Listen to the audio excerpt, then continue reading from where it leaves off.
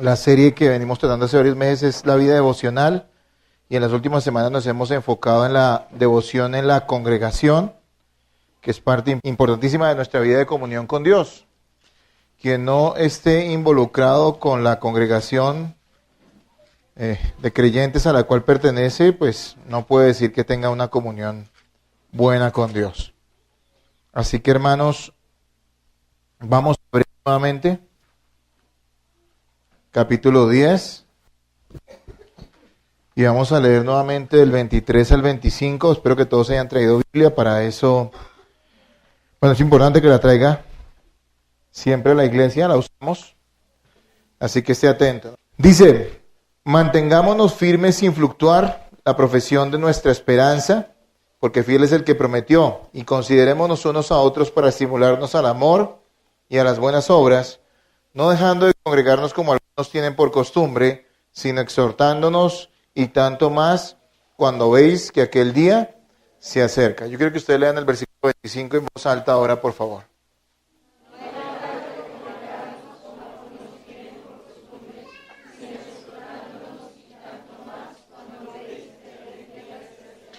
Hace 8 días vimos el tema o la enseñanza en este mismo pasaje, especialmente en el versículo 24, acerca del para qué nos congregamos o para qué debemos congregarnos. ¿Qué es lo que hacemos cuando nos congregamos? Dijimos que, y lo hemos dicho en las semanas anteriores, que el resultado natural de la conversión, cuando una persona verdaderamente ha sido salvada por Dios, lo natural en su corazón es unirse a una congregación, unirse con otros creyentes y ser parte de una comunidad. Además, también hemos visto que es mandato del Señor congregarse semanalmente para la adoración. El congregarnos debe ser semanal y debemos apartar el domingo para la adoración. Eso está establecido en la palabra. No es cuando a nosotros se nos ocurra, no es cuando nos parezca, no es cuando tengamos tiempo, sino que nosotros debemos separar este día para la adoración. Es algo que a algunos les cuesta mucho, pero están desobedeciendo a Dios si no lo hacen de esa manera, y eso es algo grave, ¿sí? Habíamos dicho hace 8 días que, pues, ¿para qué nos congregamos? Y nos dice la palabra ya en el versículo 24 que hay algunas cosas puntuales que debemos hacer cuando nos congregamos. Y es, número 1, considerarnos. Eso quiere decir enfocarnos en los demás, salir de nosotros mismos para mirar a los demás. ¿Para qué? Para interesarnos por ellos, para preocuparnos por ellos, para preocuparnos por los demás hermanos en Cristo. El centro del hecho de que nos congreguemos no está en nosotros, está en Cristo y está en los demás. La gente vive para sí misma, es una muestra de incredulidad, pero el creyente está preocupado, está interesado en los demás hermanos. Y dice que nos consideremos ¿para qué? Para estimularnos. Eso quiere decir incitarnos, animarnos, provocarnos, urgirnos al amor y a las buenas obras. Así que usted tiene un deber. Cuando venimos a congregarnos, cuando nos congregamos no solamente, porque recuerden que congregarse no solamente asistir al culto, sino también estar junto con la iglesia, reunirnos para motivarnos, para edificarnos, para urgirnos. Cuando nos reunimos, lo hacemos para estimularnos, hermanos, para animarnos, para manifestar el amor de Dios que está en nuestro corazón por medio de buenas obras.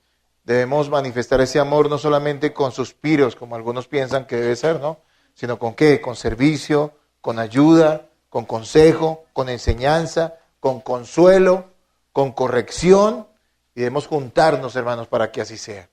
Y si la iglesia, esta congregación no lo entiende, hermano, pues Dios tratará con nosotros, porque debemos manifestar ese amor y debemos congregarnos de esa manera. Eso es lo que dijimos hace 8 días, ¿sí? Fue lo que hablamos. Ahora quiero hablar hoy acerca del por qué debemos congregarnos. Y quiero que lo anote, si usted está escribiendo, anote por qué debemos congregarnos. El pasaje es el Hebreos 10, 23 al 25. Y vamos a ver por qué es necesario que un cristiano se congregue. Y me parece muy, muy importante que usted lo tenga claro de acuerdo al contexto de este pasaje, Hebreos 10, 23 al 25. ¿Sí? ¿Por qué es necesario que un cristiano se congregue fielmente? ¿Por qué es necesario que esté involucrado con la iglesia? ¿Por qué es necesario que tenga una relación con los miembros de su congregación? ¿Sí? Dios nos llamó del mundo y nos sacó del mundo para unirnos a un cuerpo, a su iglesia. Y esa comunión con la iglesia la vivimos en una comunidad específica, en un grupo pequeño de creyentes al cual pertenecemos, que se llama la congregación o la iglesia local. ¿Por qué es necesario que usted como cristiano se congregue fielmente y esté unido a ellos? Tengo 2 puntos. El primero, el cual quiero hablar en esta mañana, es que nosotros necesitamos congregarnos porque existe el peligro de la apostasía. Y número 2, quiero que veamos también esta mañana que necesitamos congregarnos porque nuestro vínculo con la iglesia es fundamental para mantenernos fieles al Señor. Quiero que volvamos al pasaje y vamos a leerlo todo otra vez. No se preocupe, aquí usamos mucho la Biblia, nos gusta leer la Biblia, nos gusta entender lo que estamos enseñando, nos gusta que usted lea y que lo comprenda, y que lo reciba, que lo masque, ¿sí? Entonces vamos a volver al pasaje y vamos a leer vamos a leer desde el 25 hasta el 31, ¿listo? Y vamos a ver nuestro primer punto de hoy. Necesitamos congregarnos porque existe el peligro de la apostasía. 25 al 31, ¿sí? ¿Lo tienen, hermanos? Bien, dice, no dejando de congregarnos como algunos tienen por costumbre, sino exhortándoos y tanto más cuando veis que aquel día se acerca. Porque si pecáramos, y note que está unida la idea, ¿sí notan?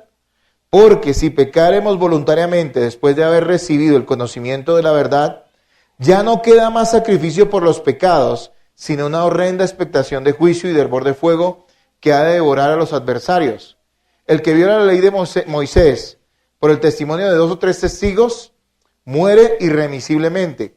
¿Cuánto mayor castigo pensáis que merecerá el que pisoteare el Hijo de Dios y tuviere por inmunda la sangre del pacto, en la cual fue santificado e hiciere afrenta al Espíritu de gracia? Pues conocemos al que dijo, mía es la venganza, yo daré el pago, dice el Señor. Y otra vez, el Señor juzgará a su pueblo. Horrenda cosa es caer en manos del Dios vivo. ¿Cuál es la peor condición en la que se puede encontrar un ser humano delante de Dios? Uno diría la incredulidad. Las personas que realmente no confían en Jesús ni viven para Él. Y uno diría que sí, efectivamente es una situación horrenda, muy fea. Es una situación espantosa la del incrédulo. La Biblia no dice que los incrédulos sean amigos de Dios o hijos de Dios. La Biblia dice que los incrédulos, aquellos que no confían verdaderamente en Jesús ni han nacido de nuevo, son personas que son enemigas de Dios. Dios las considera sus enemigos. De hecho, cuando uno ve en la Biblia que habla de los enemigos y que Dios derrotará a sus enemigos y que los pondrá por estrado de sus pies, no está hablando necesariamente en todas las ocasiones de huestes espirituales de maldad, sino se está refiriendo a aquellos incrédulos, a los incrédulos que son enemigos de Dios. Es aterrador que incluso muchos de esos incrédulos están incluso en las iglesias. Pero ellos son enemigos de Dios. Y uno diría, ¿qué peor situación que esa? Ser un incrédulo y ser enemigo de Dios. La Biblia dice que hay otra peor. Escuche. Y quiero que lo tenga claro porque lo de hoy es una advertencia fuerte que nos hace la palabra de Dios. Hay otra situación peor y es la apostasía. La apostasía, de acuerdo a lo que entendemos en la Escritura, es peor que la incredulidad. Yo creo que cuando Jesús se refería en el Apocalipsis, que es mejor ser frío o caliente y no tibio, se estaba refiriendo a los apóstatas. Está diciendo es preferible que no hayas creído, porque existe la posibilidad de que puedas llegar a creer. O que estés completamente consagrado al Señor y seas un creyente verdadero y de esa manera estás con Él y el Señor está contigo.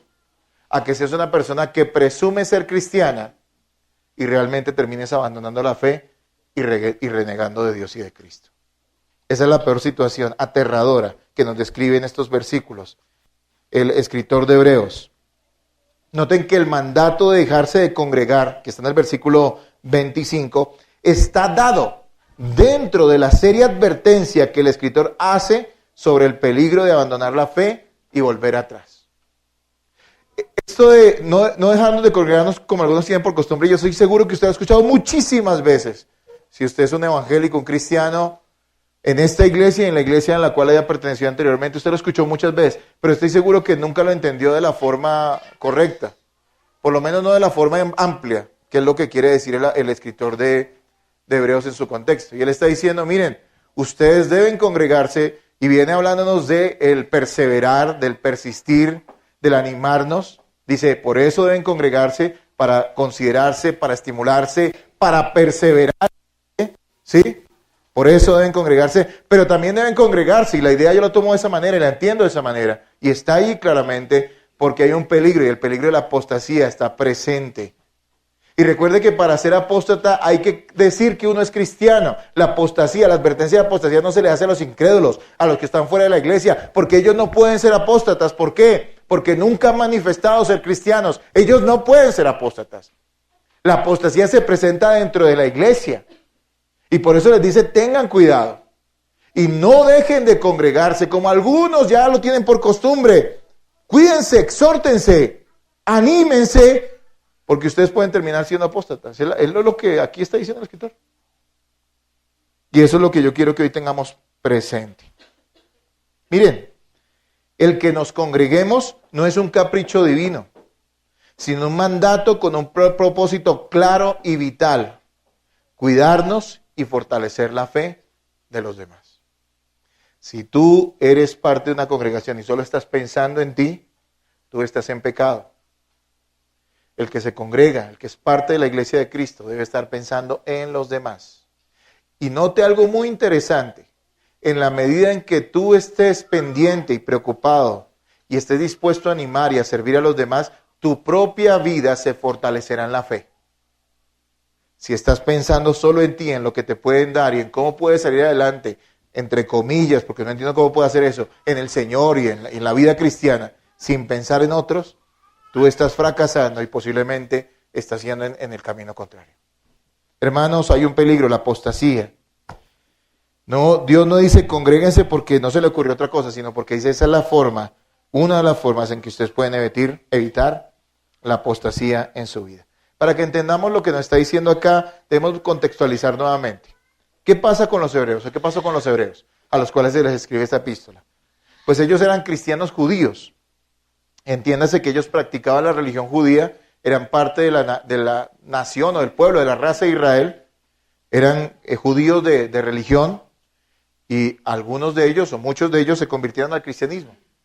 Eran cristianos, confiaban en Jesús, pero tenían antecedente judío. Ellos tenían una cultura clara que se les había transmitido y que era fuerte todavía en sus vidas. Y estos cristianos judíos, quienes habían aceptado la verdad, estaban siendo tentados a volver a las prácticas y ritos judíos. ¿Por qué se escribió Hebreos? Para eso, básicamente. Para decirles, miren, ojo, no vuelvan atrás. Ustedes vienen del judaísmo. Y todas esas prácticas que tenían ya no tienen validez. ¿Por qué? Porque lo que esas prácticas y esos ritos anticipaban ya sucedió. Cristo vino, la sangre fue derramada. Hay un mejor sacrificio, hay un mejor pacto. Hay algo superior a la ley y es el Espíritu que es transmitido por medio de la fe en Jesús. Así que ustedes no tienen ni deben de ninguna manera volver atrás. Si ya conocen la verdad, no pueden volver atrás. Y la advertencia del libro de Hebreos es clara. Si vuelven atrás, van a cometer el acto más horrible que pueda cometer un ser humano, que no es ni siquiera la incredulidad. La incredulidad es terrible, pero la apostasía es peor. Es peor haberse dicho cristiano y haber profesado fe en Jesús y volver atrás al pecado, a la maldad y a la incredulidad. Es peor. Y por eso Él les escribe, cuidado.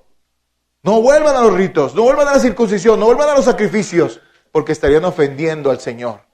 Y el Señor es vengador, lo acabamos de leer, de aquellos que desprecian a su Hijo.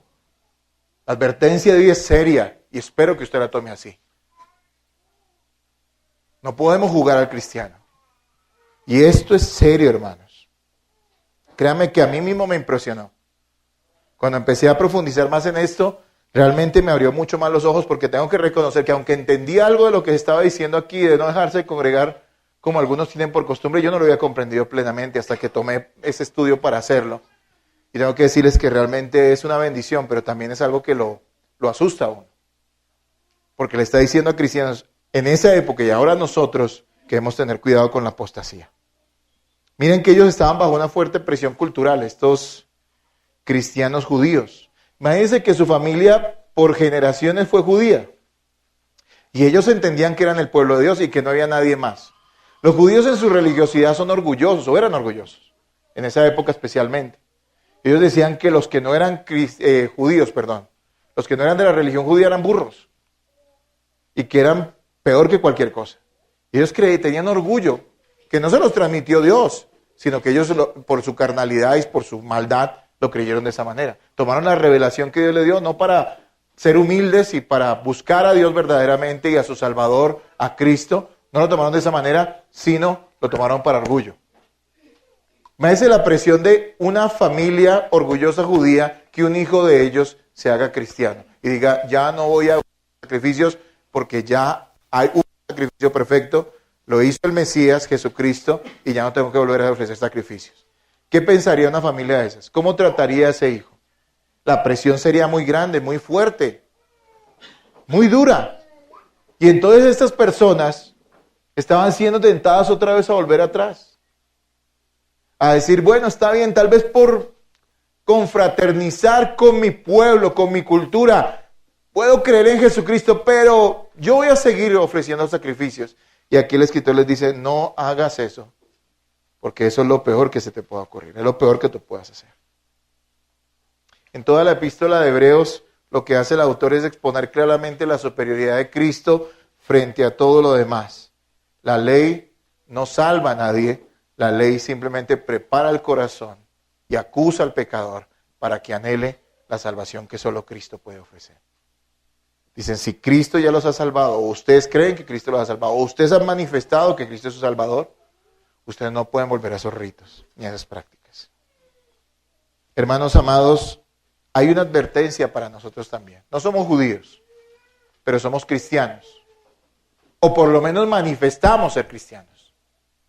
Y tenemos que tener mucho cuidado con volver atrás. Con volver al pecado, con llegar a negar al Salvador. ¿Qué es un apóstata? ¿Qué es un apóstata? Que esto quede claro. Yo quiero que usted ponga su dedito ahí en Hebreos 10 donde estamos y regrese a Hebreos 6. Vamos a leer Hebreos 6. Del 4 al 6, hermanos. ¿Listo? Este es un pasaje controvertido, ¿saben? Aunque yo creo que si uno tiene la doctrina correcta, no lo es tanto. Es más bien claro, yo pienso aquí. Algunas personas creen que este pasaje se está refiriendo a alguien que puede perder la salvación. Pero cualquiera que lee la Biblia a conciencia y le hace un buen estudio de la palabra sabe que la salvación no se pierde para los verdaderos cristianos. O sea que no está hablando de perder la salvación. Está hablando de gente que nunca creyó verdaderamente aunque profesó ser cristiana. Es decir, apóstatas. Y vamos a leerlo, ¿listo? Léanlo ustedes para que me colaboren, ¿listo? Porque hoy me toca hablar harto. Léanlo ahora.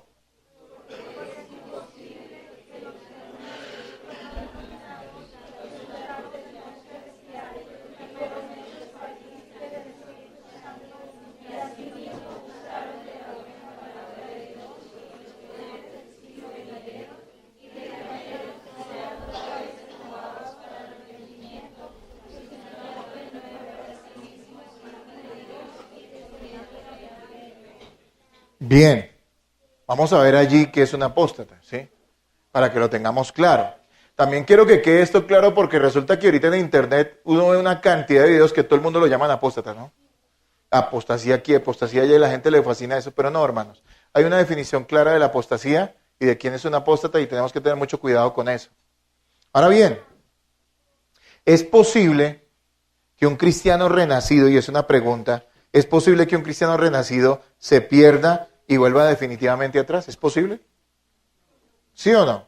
Que un cristiano renacido, o sea, regenerado, nacido, vuelva atrás y se pierda. No es posible. Pero ¿saben qué sí es posible? Que alguien que dice ser cristiano se pierda. No todo el que dice ser cristiano es salvo, sino aquel que ha sido regenerado y ha nacido de nuevo. Y la fe en Cristo no es una idea en él, sino es una realidad. Entonces tengamos esto presente. Partiendo de ese hecho, entonces ¿quién es el apóstata? Un apóstata es alguien que habiendo conocido el Evangelio y profesado ser cristiano, cuando hablamos de profesado es de una profesión, es decir, afirmado, dicho, aceptado que es un cristiano. ¿Sí? Alguien que manifestó serlo, que manifestó creer en Jesús, que manifestó decir y afirmar que Jesucristo es el Salvador. ¿Sí? Así que un apóstata es alguien que habiendo conocido el Evangelio y profesado ser cristiano, se aparta de la verdad para renegar de Cristo y volver a la maldad. Eso es un apóstata. Vuelvo y se los digo. Apóstata es alguien que habiendo conocido el Evangelio y profesado ser cristiano, se aparta de la verdad para renegar de Cristo y volver a la maldad. Y aquí nos habla el pasaje de Hebreos de iluminados. Y creo que es importante hacer una diferencia entre un regenerado y un iluminado. Son dos personas que pueden estar en la iglesia, en una congregación cualquiera. Un regenerado es una persona salvada, nacida de nuevo por la obra y gracia del Espíritu Santo en su vida. Es una persona que tiene una fe que es producto de algo que sucedió en su corazón, que es milagroso y es el nuevo nacimiento. Ese es un regenerado, es un cristiano, es salvo y siempre será salvo por la gracia de Dios, ¿sí? También será santificado.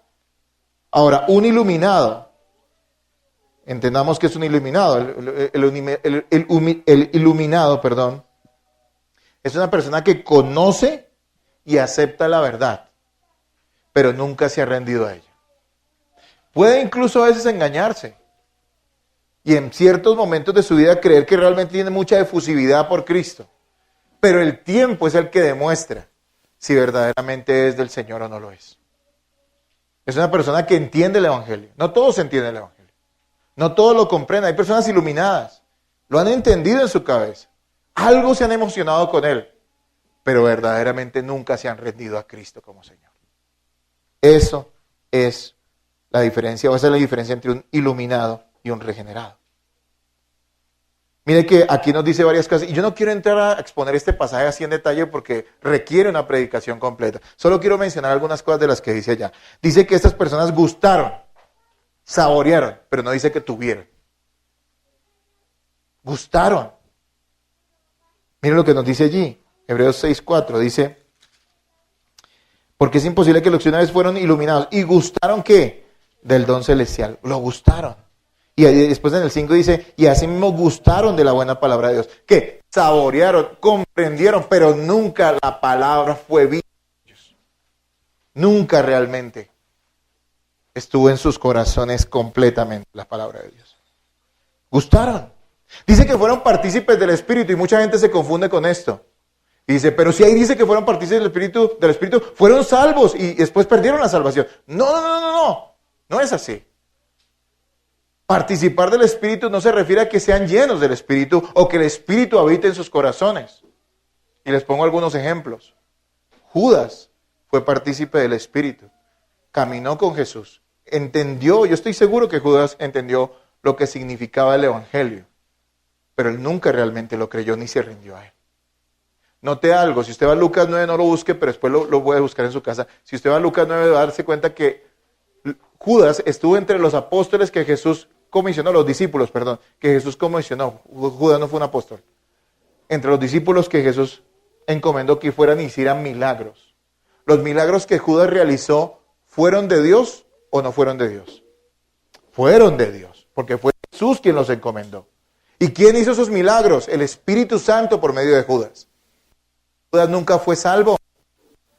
Y que él fue partícipe, mas nunca el Espíritu Santo habitó en él. Note algo, pongamos otro ejemplo, pueden haber muchos, pero no me voy a demorar tanto en estos ejemplos. Balaam, ¿se acuerdan de Balaam? Que fue contratado para maldecir al pueblo de Dios, y era un profeta. Y él profetizó, y profetizó por el Espíritu Santo. Él fue partícipe del Espíritu, pero nunca el Espíritu Santo estuvo en él. Nunca fue un creyente, y así les podría mencionar más. Así que aquí no se está refiriendo a creyentes salvados o regenerados que volvieron atrás y pecaron y perdieron su salvación. No, ese concepto no existe en la Biblia. Sino personas que de un momento dado presumieron fe, entendieron las cosas, las aceptaron, pero nunca el Espíritu estuvo en ellos. Les voy a leer algo que yo redacté respecto a la idea de un apóstata o lo que es ser un apóstata. Apóstata no es un cristiano que cae en pecado, no. O que pasa por un periodo de debilidad, eso no es un apóstata. O que se equivoca sobre una apreciación doctrinal, siempre y cuando no sea fundamental esa apreciación doctrinal. Puede equivocarse sobre una apreciación doctrinal y no ser un apóstata. Sino alguien que conoció el Evangelio, aceptó su verdad, afirmó ser cristiano y se unió a la comunidad de creyentes y después se apartó para negar alguna de las verdades fundamentales acerca de la persona de Cristo o del Evangelio, de palabra o de hecho, demostrando así su renuncia a la confianza exclusiva en Cristo como Salvador, viviendo definitivamente de una forma endurecida y malvada sin arrepentimiento. Se los digo sencillamente. Una persona, un apóstata, no es un cristiano que haya pecado, o un cristiano que esté pasando por un momento de debilidad, o un cristiano que tenga algún error en una apreciación doctrinal. No, eso no es un apóstata. Un apóstata es que alguien que conociendo el evangelio y aceptándolo, a sabiendas de ellos, teniendo conciencia clara de la verdad, decide volver atrás y dejar de confiar en Jesucristo para empezar a confiar en ¿qué? En sí mismo, en sus propias ideas, filosofías o las filosofías del mundo o en cualquier otra cosa diferente a Jesús. Es una persona que en ese sentido reniega de Cristo. No simplemente se aparta y vuelve al pecado, sino que reniega de Jesús. Ahora, cualquier persona que vuelve atrás diga, yo no he renegado de Jesús aún, pero es posible que lo haga, porque el pecado endurece. Y recuerde que esto es un proceso. La caída es un proceso en la vida de aquellos que están actuando mal. Y usted debería temer. Le pongo un ejemplo. Una persona que afirma o que afirmó haber confiado solo en la gracia de Cristo para salvación, pero después vuelve a la confianza en las prácticas católicas. Vuelve a confiar otra vez en la confesión, en los obispos, en sus ritos, en sus tradiciones, en sus penitencias, en confesar los pecados son cura. Después de haber afirmado que era un creyente, que confiaba solo en Jesús, esa persona es una apóstata. Es una apóstata. Y es terrible. Pero usted dice, bueno, ese caso es difícil. Difícil que alguien que fue cristiano vuelva al catolicismo. Sí, puede ser difícil, aunque pasa. Yo por lo menos alguna vez conocí un caso. Pero no tiene que ser así. Puede que usted nunca vaya a ninguna otra iglesia, pero cuando usted se aparta y empieza a negar el hecho de que necesita vivir para Jesús y que Jesús es Dios, cosa acerca de que la necesidad grande que usted tiene de Jesucristo, o empieza a renegar las verdades fundamentales del Evangelio, usted puede convertirse en un apóstata. Así que, hermanos, es algo que debemos temer. Miremos entonces cuáles son las consecuencias de la apostasía. ¿Por qué la apostasía es tan aterradora? Si algo deberíamos temer los cristianos, bueno, yo quiero decirles algo, no es que debemos vivir bajo temor, debemos confiar en Jesucristo y estar confiados en Él. Esta no es una invitación a dudar de nuestra salvación, sino a tener cuidado. No es una invitación a que usted dude de su salvación, sino que tenga cuidado de su vida, de su fe. Es una advertencia hecha a cristiano, les recuerdo. ¿Cuáles son las consecuencias de la apostasía? Ya habiendo dicho que es una apóstata. Volvamos pues a nuestro texto inicial, Hebreos 10.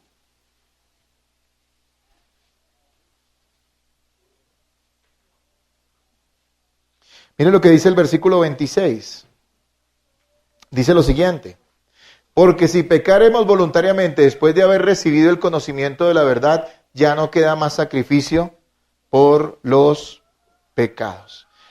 Aclaro, aquí no se está refiriendo a cometer cualquier tipo de pecado, cualquier clase de pecado después de ser salvo. Porque alguno dijera, bueno, si pecáramos voluntariamente, pero le pregunto, ¿hay un pecado que no sea voluntario? La gente peca porque quiere pecar. Y aún los cristianos pecamos, aunque si es un verdadero cristiano no quiere pecar, pero aún peca porque lo quiere hacer. Y por eso somos culpables y debemos pedirle perdón a Dios. ¿Sí? Aquí no está hablando de cualquier pecado que alguien pueda cometer siendo cristiano. Aquí está hablando de algo particular, y es que recuerde que le está hablando a estos hebreos que están siendo tentados a volver otra vez al judaísmo. Y él está diciendo, si ustedes conocieron la verdad y van a volver otra vez a las prácticas judías, a confiar en otra cosa aparte de Jesucristo, después de haber entendido que Él y solo es Él es el Salvador, ustedes deben tener cuidado. Porque si rechazan a la única fuente de perdón, ya no habrá perdón para ustedes. En otras palabras más sencillas se lo estoy diciendo, es lo que creo o entiendo que dice aquí el pasaje. La apostasía no trata de cometer cualquier clase de pecado después de ser salvo, sino de conscientemente renegar de Cristo y su evangelio después de haber creído. Si uno renuncia a la confianza exclusiva en la salvación que Cristo ofrece, no existe nada más que lo pueda salvar a uno. Por eso ahí dice, versículo 26, pecaremos voluntariamente después de haber recibido el conocimiento de la verdad, ya no queda más sacrificio por los pecados. Si sabiendo que Jesús fue el gran sacrificio por tus pecados, tú ya no reconoces, no aceptas o te niegas de eso, o definitivamente dejas de confiar exclusivamente en ese sacrificio de Cristo para el perdón de tus pecados, hermano, ya no queda nada más. Es lo que está diciendo. No hay otras alternativas para llegar al cielo. Y es una situación absolutamente grave para una persona que haga estas cosas. Miren lo que dice el versículo 27. Sino una horrenda expectación de juicio y de hervor de fuego que ha de devorar ¿a qué? A los adversarios. Hermanos, si ya no hay nada que nos pueda salvar porque hemos rechazado a Jesús como Salvador, de palabra o de hecho, pocos lo hacen de palabra, pero muchos lo hacen de hecho. Al apartarse y vivir en pecado y empezar a renegar con su vida el hecho de que deben vivir y le deben todo a Jesús. Si una persona reniega de esa manera de Jesucristo, esa persona ya no tiene salvación, hermanos, porque ya no hay más sacrificio por el pecado de esa persona. Y eso quiere decir que lo único que le espera es que el juicio. Y habla de una horrenda expectación de juicio. Mire, dice, hay usado dos palabras que me interesan. Dice horrendo, usa la palabra horrendo. ¿Qué es algo horrendo? Yo diría que es más que feo. Si usted le dice a alguien feo, usted dice, bueno, feo está bien. Pero si le dice usted es horrendo, ¿será lo mismo? Note algo. Note algo. Note algo. Es horrenda esa expectación. Es como cuando una persona está sentenciada a muerte. Yo no sé cómo será eso y ojalá nunca nadie lo vaya a vivir de acá. Pero, bueno, en este país no hay pena de muerte. Pero donde hay pena de muerte, pone una persona a esperar y le dicen la otra semana, a tal hora, tal día, usted va a ser ejecutado. ¿Cómo será esos días para esa persona? Pero ni siquiera, porque esa persona, incluso siendo un incrédulo, ni siquiera sabe lo que le espera al otro lado. Pero el que habiendo sido creyente, está esperando ese juicio, sabe lo que le espera y es mucho peor. Y a eso se refiere. Note los adjetivos que usa, horrendo. No es un juego. Escuché a un pastor predicando sobre la apostasía en internet y él decía algo que yo no quisiera decir porque me parece algo doloroso, pero es cierto. Y él decía, hermanos, dentro de ustedes hay apóstatas. Hay gente que va a apostatar. Y no era porque fuera profeta, sino que él decía, siempre pasa. Siempre en alguna comunidad hay alguna persona que termina renegando de Cristo. Y es doloroso, ¿saben? Y yo le pido al Señor que no sea aquí así. Pero me temo que puede pasar y que posiblemente pase. Hoy quedan ustedes advertidos. La apostasía es algo que debemos temer. Pero con todo nuestro corazón. Aquí dice es una horrenda. Lo único que queda es, mire, horrenda expectación ¿de qué? De juicio. Y mire lo que dice después, ¿de qué?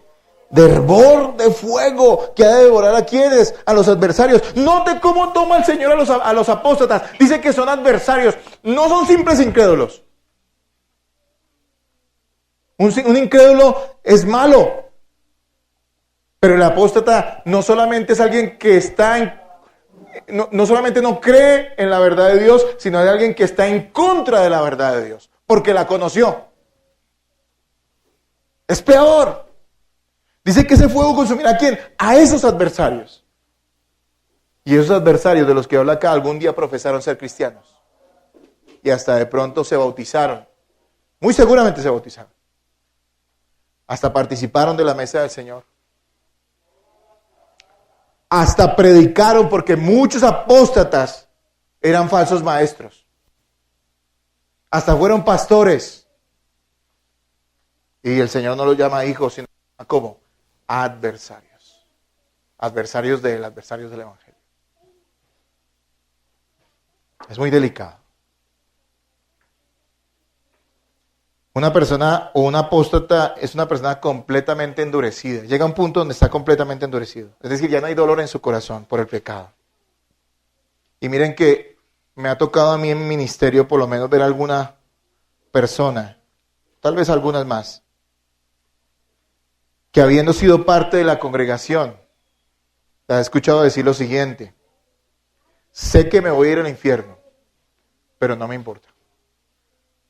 Me ha tocado escuchar eso.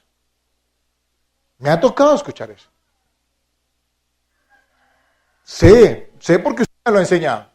Yo sé que me voy a ir al infierno, pero no me importa. Es una persona completamente, ¿qué? Endurecida. Que no llegues tú a esa situación. Porque si hay alguien digno de lástima en esta tierra, no es el que no tiene que comer, sino el apóstata.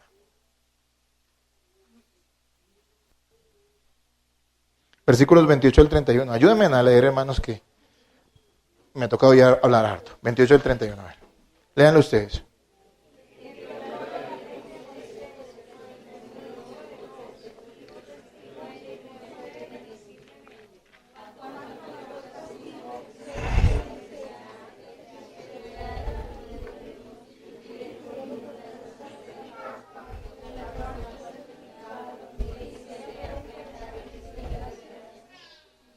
Bien, hermanos, léanlo hasta el 31. Pues conocemos...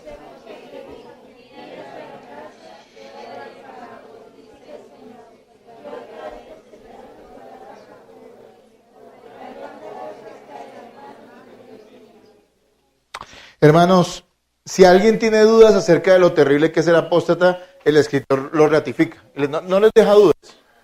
Le dice lo siguiente, miren, si la ley de Moisés, solo la ley, que era una sombra de lo que Dios iba a dar a través de Cristo, si alguien violaba esa ley con testigos que se presentaban afirmando que esa persona había violado la ley, moría, y dice irremisiblemente quiere decir que no había misericordia para esa persona. Dios mandaba que la matara y no había nada que hacer.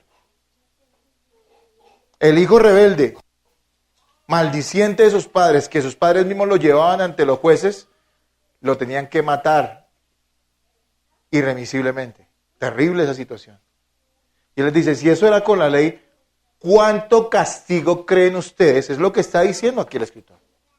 Merece o recibirá aquel que desprecia al Hijo de Dios. Los judíos conocían la ley y la violaban, habían testigos, los mataban.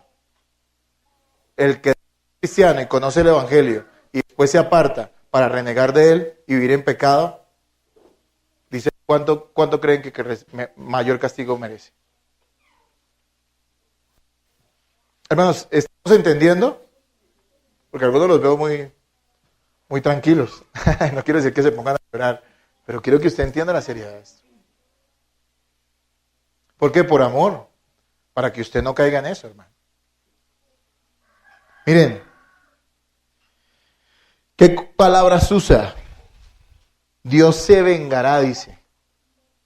¿Sí ven? Lo leen ahí, versículo 30. Pues conocemos al que dijo, mía es la venganza, yo daré ¿qué? El pago.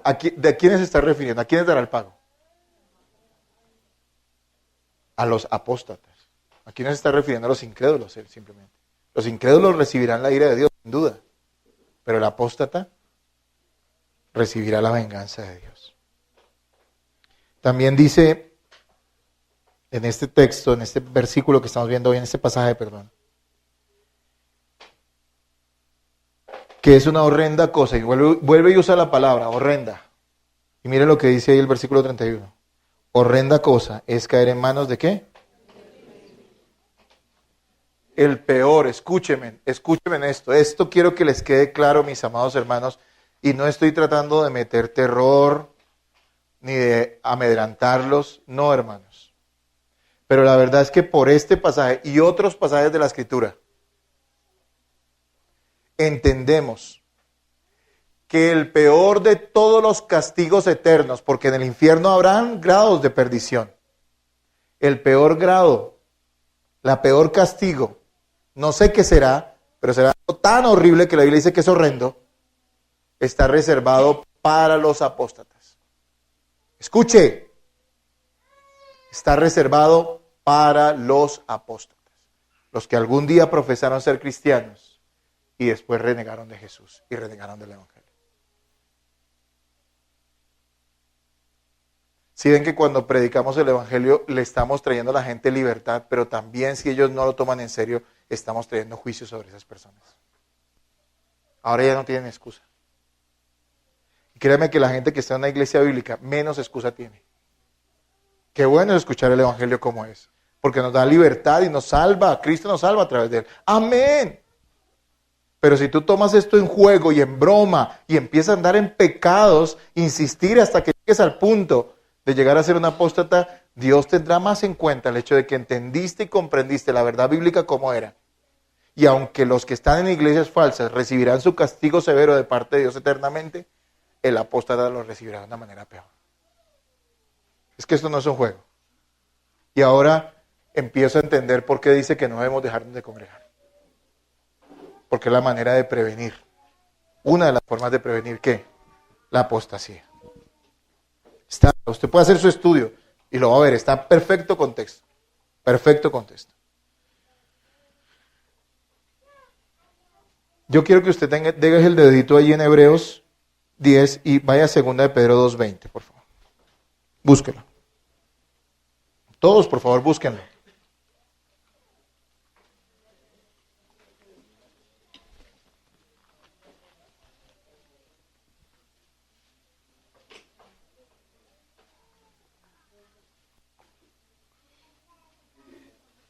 ¿Lo tienen, hermanos?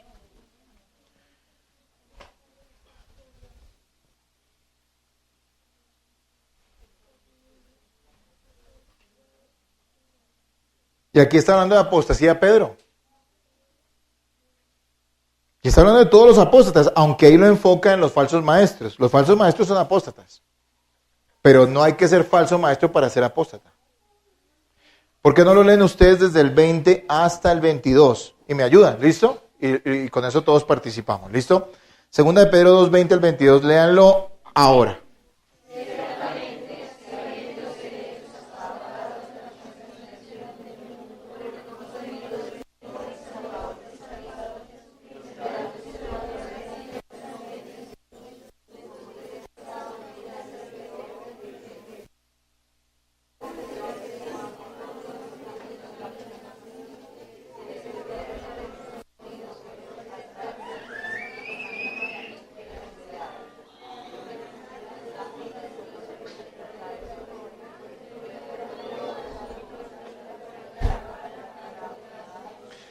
Bueno, espero que todos lo hayan entendido. Yo no lo entendí desde acá. Pero mire lo que está afirmando. Puede haber una... Noten. Si un creyente vive desordenadamente y sin arrepentimiento participa de la mesa del Señor, dice que el Señor le quitará, incluso le puede quitar la vida, pero no dice que se va a perder. Dice, muchos duermen. Corintios 11, ¿no? Pero note esta advertencia, yo creo que hay otra peor en la Biblia. Si hay una amenaza, si hay una condenación terrible es esta. Está diciendo, mira, es mejor que no hubieran conocido jamás. Mire, Judas es un apóstata y el Señor dijo, mejor le fuera no haber nacido. Y aquí dice, es mejor que no hubieran jamás conocido el Evangelio. Y mire la manera en que se refiere a estos apóstatas, los del pasado y los de hoy. Pero les ha acontecido lo del verdadero proverbio.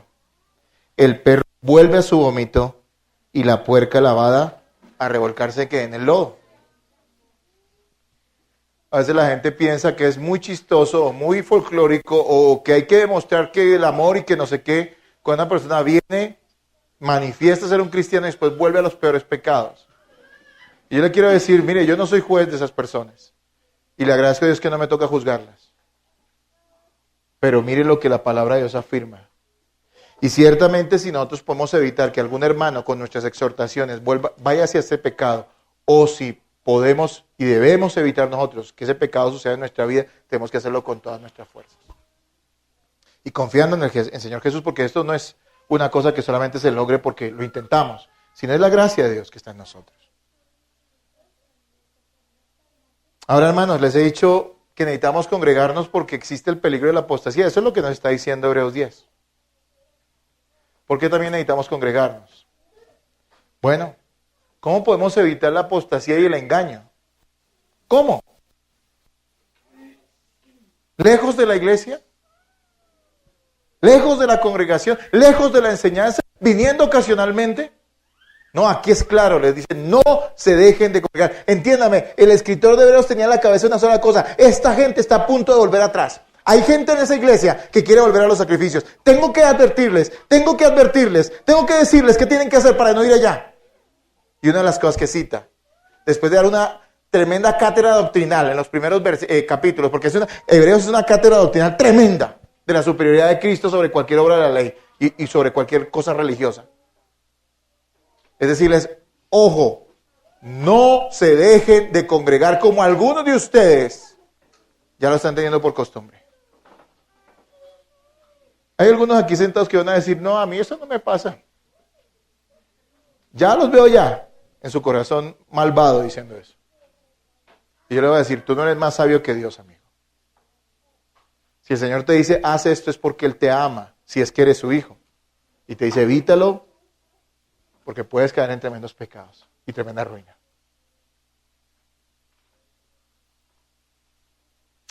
Entendemos que alejarse, y este es el punto número 2, necesitamos congregarnos porque nuestro vínculo con la iglesia es fundamental para mantenernos fieles al Señor.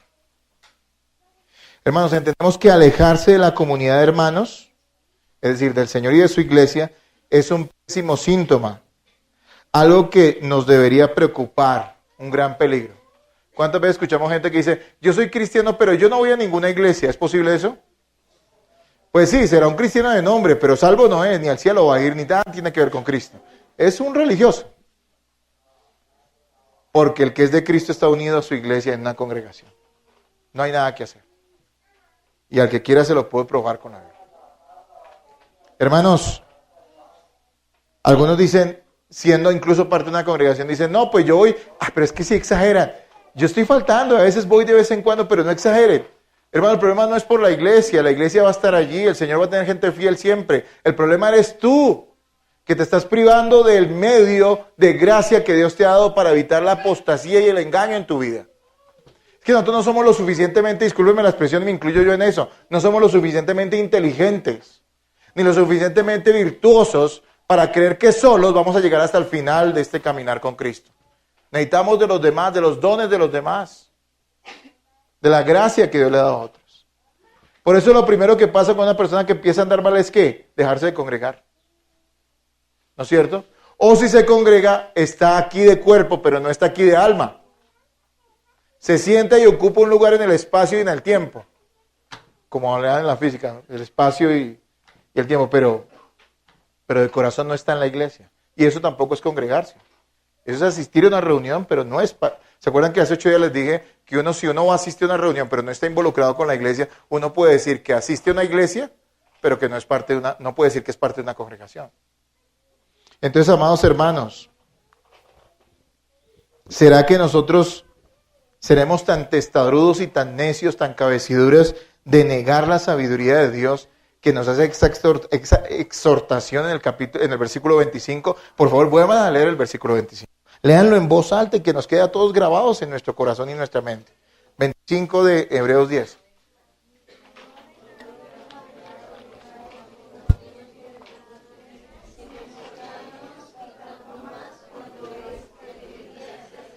Hermanos, ¿negaremos la sabiduría de Dios?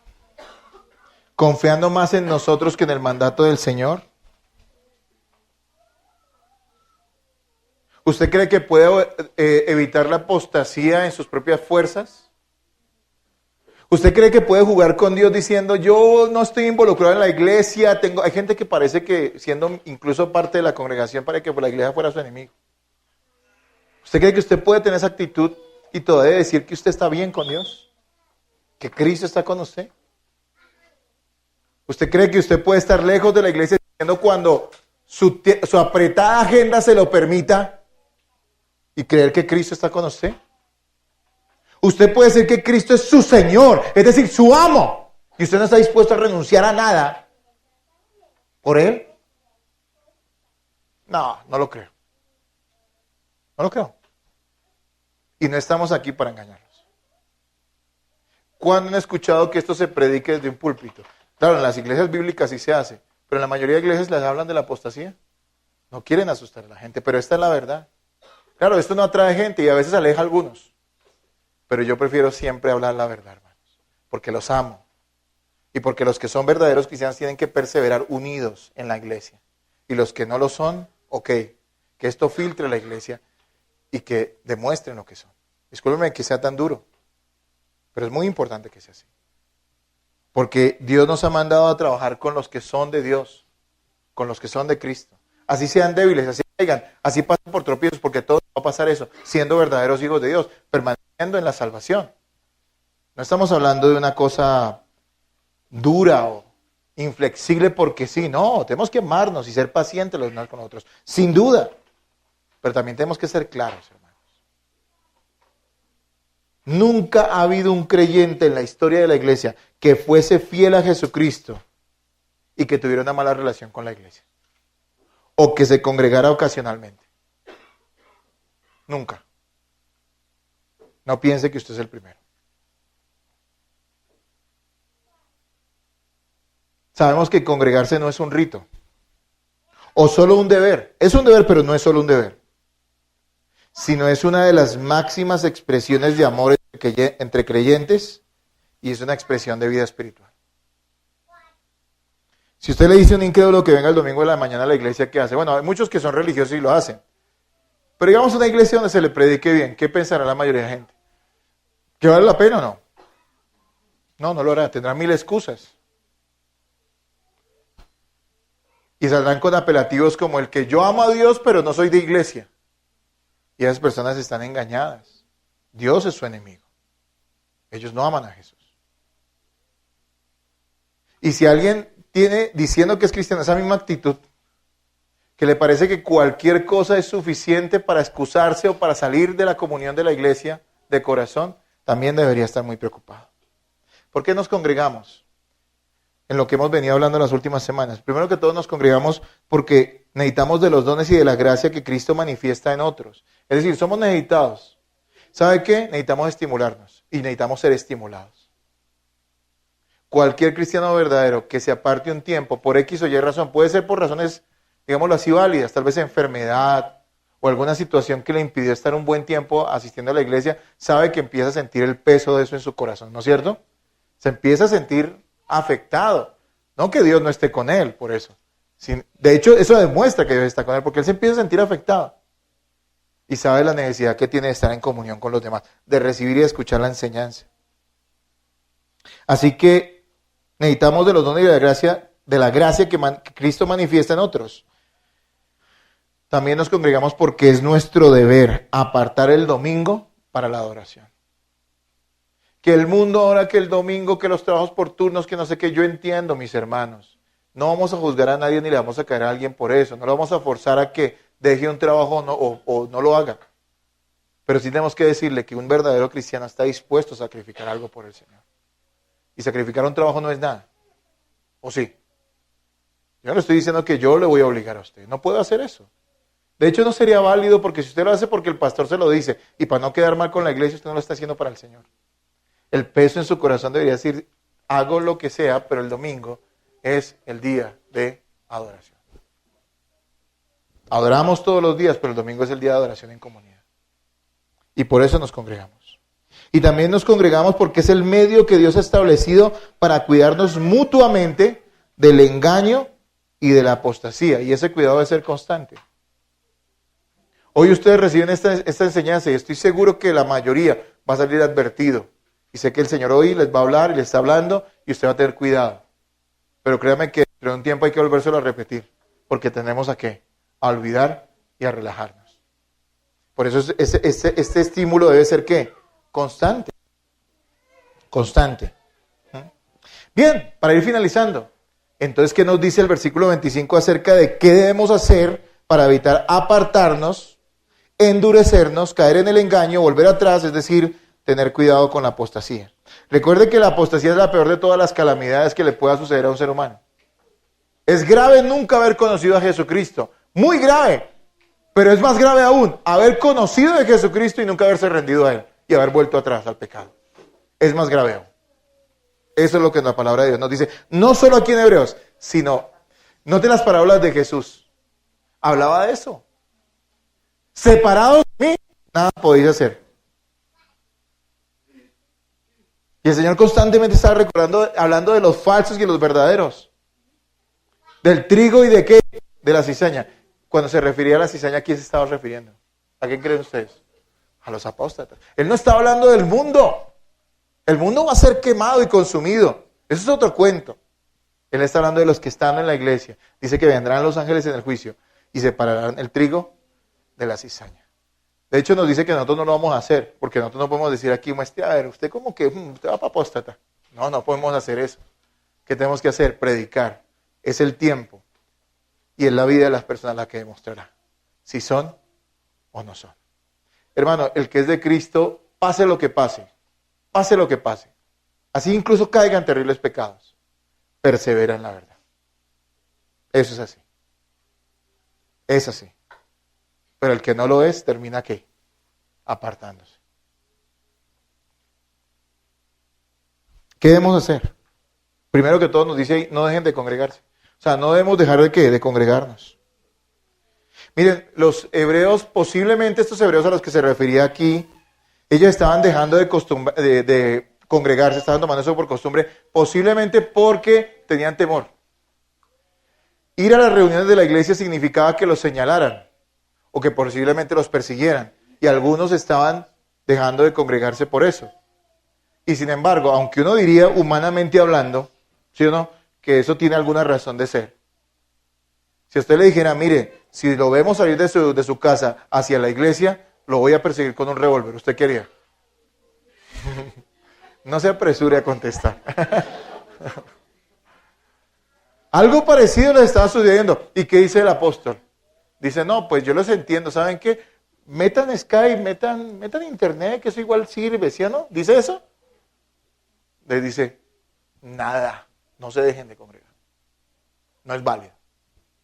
Imagínense dónde quedará hoy la gente que se excusa por cualquier tontería de ir a la iglesia. ¿Dónde queda? Si no lo están persiguiendo. Cualquier pequeña afección en su cuerpito, y obviamente yo entiendo que hay algunos que han estado enfermos, y si usted está muy enfermo, no, tranquilo, lo bendecimos desde acá. No se preocupe, nadie lo va a juzgar. Pero cualquier cosita y no, ya no. No, que es que mi familia, que es que yo no sé qué. Hermano, hay tiempo para la familia, pero no es el tiempo de la iglesia. ¿Amén? Bueno, hay uno. ¿Amén o no? Hermano, no era admisible. Y pueden haber razones en ocasiones que sean válidas, entre comillas, para no asistir un domingo a la iglesia. Entendemos eso, no estamos en un plan, digámoslo así, legalista. Pero ¿saben una cosa? Realmente en el corazón de un cristiano, cualquier otra cosa no es tan importante. Jamás lo será como estar en la congregación, como congregarse, como involucrarse con la iglesia. Nunca. Entendemos. A veces entendemos muchas situaciones que los hermanos viven y los amamos igual, no importa. Pero usted debe entender que estas advertencias son reales y que usted no debe descuidarse, hermano. Decía el comentarista Kistemaker, pero él lo pronunció bien. Una de las primeras indicaciones de una carencia de amor por Dios y por el prójimo es que el cristiano se aleje de los cultos.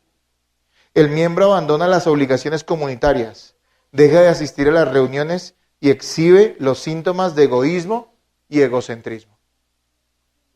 Las excusas para dejarse de congregar siempre estarán en usted, pero las razones para congregarse siempre están ¿en quién? En Dios y en los demás. No hay razones para dejar de congregar por uno. ¿Sí me hago entender? Hermanos, dice que no dejemos dejarnos de congregar. También dice que debemos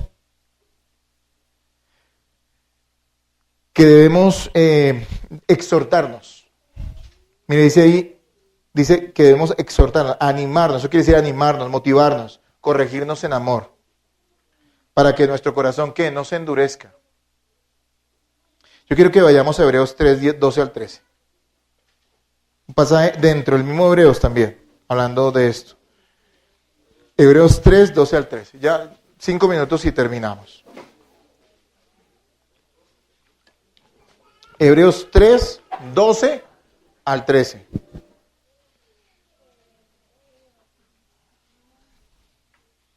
¿Lo tienen, hermanos? A ver, por favor, léanlo ahora.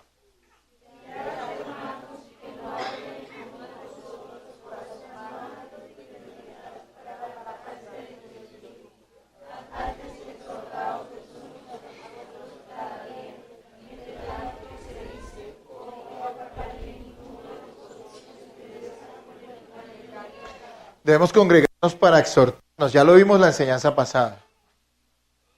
Necesitamos esa exhortación, necesitamos ese ánimo, necesitamos esa reprensión, necesitamos esa bendición que nos brindan los demás, que los dones que hay en la iglesia nos pueden brindar. Por eso debemos exhortarnos. Y mire la advertencia que hace en el mismo Hebreos. Lo está repitiendo el autor. Sí, para que su corazón no se endurezca. Aléjese de los demás hermanos y su corazón se va a empezar a endurecer. Tenga cuidado con eso. Y también dice que debemos ser vigilantes los unos a los otros, porque al final en el 10:25 dice lo siguiente, dice, como algunos tienen por costumbre, sino exhortándoos, y tanto más cuando veis que aquel día se acerca. Ese día es el día del regreso de Cristo. ¿Y cómo debe vivir un cristiano expectante? ¿Se acuerdan de las vírgenes? La parábola, algunas que hicieron, se durmieron. Y otras estuvieron atentas. Hay muchas personas que dicen, no, pues yo qué, ahí voy, y yo sé que algún día de pronto ya empiezo a ir en serio a la iglesia. No, hermanos, esa no es la actitud de un verdadero cristiano. El cristiano está atento, está percibido, está velando. Y están velando los unos por los otros, para que ninguno se endurezca por el pecado. Veamos algunas aplicaciones prácticas a nuestra vida de lo que acabamos de enseñar. ¿Quién es el motivo por el cual nosotros nos congregamos? Al final siempre la razón por la cual nos motivamos es Cristo. Cristo mismo. Adorar a Cristo juntos, manifestar nuestro amor hacia Él. Así que fundamentalmente, quien quiere tener una buena relación con la iglesia tiene que tener una buena relación ¿con quién? Con el Señor Jesucristo. Así que las personas que son hijas de Dios deben buscar a Jesucristo en las Escrituras. Deben tener comunión con Él para que tengan una buena relación con la iglesia. Esa falta de amor, esa indisposición que a veces tenemos hacia los demás, no es otra cosa que falta de amor y de comunión hacia el Señor. Pero hermanos, recordemos que siempre Dios es misericordioso y el Señor está lleno de gracia. Y si tú acudes a Él no te va a rechazar. Si tú no eres cristiano y por lo tanto no tienes nada que ver con la iglesia, lo que tienes que hacer es rendirte a Jesucristo. No pienses tomar un atajo y tratar de amar a aquellos que tú nunca vas a amar porque son completamente diferentes a ti. Tú eres un hombre que vive para ti mismo. Los creyentes verdaderos viven para el Señor. Así que tienes que primero rendir tu vida por la fe a Jesucristo y después acercarte a la congregación. Primero Jesucristo. Saber que tú eres un pecador. Reconocerlo. Arrepentirte de ello y ir a Jesucristo como el único Salvador, el que derramó su sangre en la cruz por causa de tus maldades. Si eso pasa, Cristo te dará un corazón que ame a la iglesia y que se congregue fielmente. Por otro lado, también está el hecho de que si siendo cristianos, porque la mayoría de los que están acá son creyentes, verdaderos, así lo creo, empieza a decaer nuestro amor por la iglesia. ¿A quién debemos buscar? A Jesucristo. Él es quien nos dará la inspiración para amar a los demás, para congregarnos. Hermanos, en los momentos de mayor debilidad, de desaliento, de duda o de derrotas frente al pecado, es cuando debemos estar más cerca de la iglesia y no lejos de ella. Es que miren algo paradójico, yo sé que es la tendencia nuestra carnal, que cuando estamos mal, como decimos mal, ¿qué hacemos? No queremos orar, ni meditar la palabra, y no queremos congregarnos. Y resulta que le estamos haciendo el juego al diablo, por decirlo de alguna manera. No, lo que usted tiene que hacer es todo lo contrario. Cuando se sienta mal, cuando se sienta débil, cuando tenga dudas, acuda más a la iglesia, únase más con los hermanos, ore al Señor. Mire qué bueno es cuando nos sentimos abatidos por causa de nuestro pecado. ¿Por qué? Porque eso nos lleva a depender de Cristo y a reconocer que no somos nada y que Él lo es todo. Y que en Él hay perdón. Eso es maravilloso. Así que no huya de la iglesia, acérquese a ella. Si está desalentado, congréguese más. Sea fiel, únase más a los hermanos, interésese por ellos y verá cómo su vida se afianzará más en la verdad. Apartarse de la congregación solo empeorará las cosas y nos hará más vulnerables al engaño. No confíe en sus fuerzas, haga lo que el Señor le dice, congréguese, únase a la iglesia, viva para el Señor allí. Somos débiles, pero unidos vamos a resistir más. Amén. Sea fiel en congregarse. Y no piense que no piense que dejar de asistir no es importante. No piense eso. Asista a las reuniones de la iglesia fielmente. Recuerde esto, dejar de hacer algo que el Señor nos ordena siempre tiene consecuencias. Dejar de hacer algo que el Señor nos ordena siempre tiene consecuencias. El Señor nos dijo, lo de la congregación, lo de la comunidad, lo de la iglesia es una cosa alternativa. Él no dijo eso, es un mandato. Si tú dejas de congregarte, si tú dejas de estar involucrado con la iglesia, eso tendrá consecuencias para tu vida. Consecuencias espirituales y en muchas otras áreas más. No menospreciemos las instrucciones amorosas del Señor. No las menospreciemos. No seamos necios. Miren, y finalizo con esto. Congregarse, como vivir para el Señor, tiene un costo. Y ese costo puede ser renunciar a nuestra comodidad y a nuestros intereses. Pero hermanos, definitivamente es lo mejor. Hace 2 semanas vimos en el estudio de los sábados que el pastor Riley nos decía acerca de cómo evaluar el costo. ¿Se acuerdan cómo uno debe sacar el costo? ¿Qué tiene que mirar? Los beneficios comparado con ¿qué? Con las pérdidas. Cuando tú vienes a Cristo y eres fiel a Cristo, ¿pierdes cosas? Claro, pierdes mucho. Pierdes el mundo, pierdes el pecado, pierdes tus propias ambiciones. Pero ganas ¿a quién? A Cristo. Yo los invito a hacer ese ejercicio en esta mañana una vez más. ¿Cuánto ganas si tú eres fiel en congregarte, en ser parte de la congregación? ¿Cuánto ganas? Piensa. Son muchísimas las bendiciones que recibes. Muchísimo el aliento. Muchísimo el cuidado que recibes. Y compáralo con cualquier cosa que estés recibiendo cuando estás lejos de las reuniones de la iglesia. ¿Qué es lo que recibes? Tal vez unos pesos más. Tal vez la aprobación de tu familia incrédula, que dice, oye, este sí es chévere, un cristiano que va de vez en cuando y nunca nos dice no a nuestras citas o nuestras reuniones. Tal vez te gana la aprobación de tu familia incrédula, ¿no es cierto? Tal vez, no sé, te ganas una mañana de descanso, retosando como una marmota, digo yo. Allá viendo televisión. Tal vez ganas una mañana de descanso. ¿Se compara eso con las bendiciones que recibes al congregarte? Y no me malinterpreten, yo no estoy aquí rogándoles para ver si los convenzo de que vengan. No, hermanitos. El que es de Cristo se congrega. Y no va a ser un apóstata. No lo va a hacer. Estoy advirtiendo a aquellos que presumen de ser cristianos. O que tal vez no digan que son cristianos, pero han entendido el evangelio. Ya lo entendieron, ya no hay nada que hacer. A que no se descuiden. Porque la apostasía está a la puerta. Y no digas, no me va a pasar a mí. Porque desde mí mismo como pastor y todos debemos tener cuidado de esto. Amén. Cierre sus ojos. Y lo invito a que medite en lo que acabamos de decir. Todavía no vamos a orar. Quiero solamente que usted cierre sus ojos y allí usted medite, hermano, en lo que acabamos de enseñar, lo que la palabra de Dios le acaba de transmitir.